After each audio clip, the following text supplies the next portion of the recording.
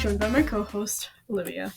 Today, we're going to see how you can choose an institution, mainly focusing on the difference between banks and credit unions. So we're going to go in a back and forth format, talking about the similarities and differences between these two. And hopefully by the end of this episode, you'll have a general idea of where you find yourself to lie in.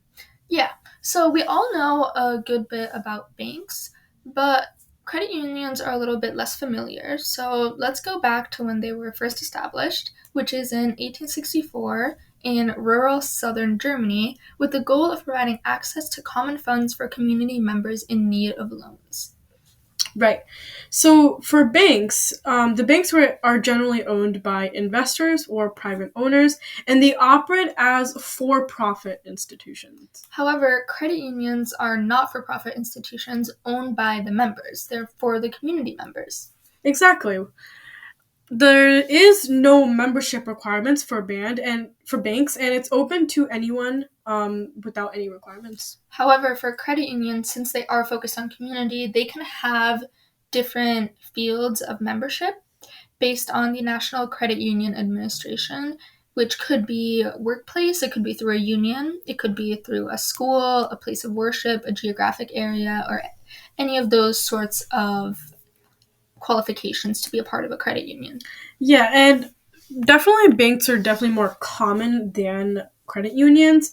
There are 4,026 FDIC insured banks as of December 31st of 2023, and obviously FDIC is the Federal Deposit Insurance Corporation. And then for credit unions, there are 4,760 federally insured credit unions as of 2022. Yes, and then if we're thinking about assets, again, since banks are more prevalently used and by many people, they have more assets. So they have $22.5 trillion in assets as of December 31st, 2023. Which is almost 10 times the amount that credit unions have, which is approximately $2 trillion in assets as of 2022. So in terms of insurance, the credit unions and banks are really similar. Yeah, so they're both federally insured up to $250,000 by the FDIC, but the credit unions are also insured by the National Credit Union Administration. So you can see here that the leading corporation or administration is different for the banks and credit unions.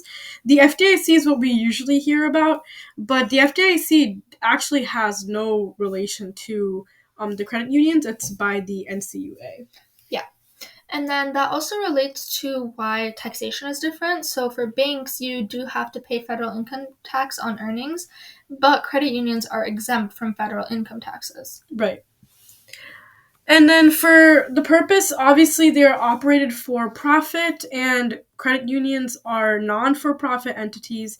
And again, they're designed to serve specific fields of membership. That's why they are exempt from these federal income taxes.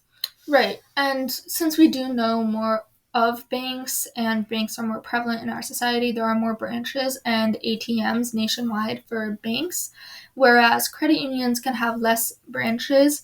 But a really cool thing about credit unions is that separate credit unions can have co-op shared branch networks, which combine ATMs for different credit unions. Yeah, and so because of this, there's over 30,000 ATMs and 5,000 shared branches. Yeah, and those ATMs, because they are combined with other credit unions as well, also is part of why there are generally lower fees for credit unions, whereas banks can have higher fees. Yes. So to demonstrate this higher fees and lower fees relationship, the average fees, so for the non-sufficient funds, it is $31.24 for banks. The credit card late fee is $34.18. And for mortgage closing costs, it's $1,361. And for credit unions, it's less for all three. The non-sufficient funds fee is $23.86, credit card late fee is $24.56, and mortgage closing costs are $1,151 on average. And obviously these are not the only fees that both of them have, but this definitely gives you a good perspective on the general relationship of higher and lower fees. So both of them can charge interest rates on savings as well. And for banks, there can be lower interest rates on certificates of deposit and money market accounts. And for credit unions, these interest rates are higher. So for the CDs and money markets, you are getting more returns from your investment. And then in terms of interest rates on loans, there are higher interest rates on loans for banks, which would be for credit cards, mortgages, car loans, etc. And then the following list that I'm going to give you, all of these have lower interest rates compared to banks. So credit cards, mortgages, car loans, fixed rate mortgages, adjustable rate mortgages, unsecured fixed rate loans, home equity loans, used car loans, and even new car loans. All of these have lower interest rates. Yeah. And also interest rate caps on loans differentiate based on banks and credit unions. So there's no cap on interest rates in banks, but credit unions can't charge more than 18% interest on consumer loans and 28% for short-term loans.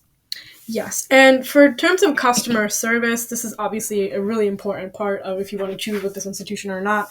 There is a higher satisfaction from the numbers and locations of ATMs and branches, which most likely we're going to assume is because of their accessibility, because there's more of them.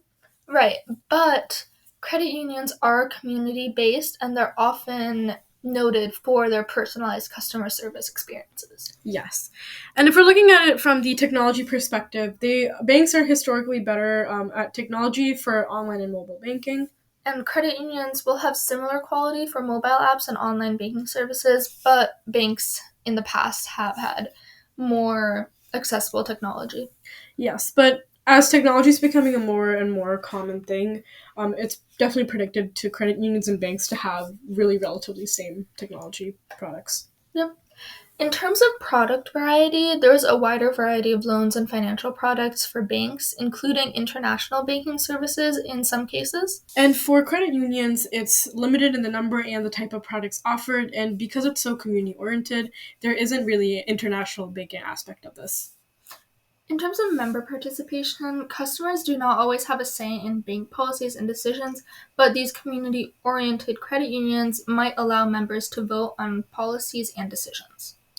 And the returns to members, so the profits from the banks are returned to their shareholders, whereas the profits are returned to the members through lower fees and better interest rates for credit unions.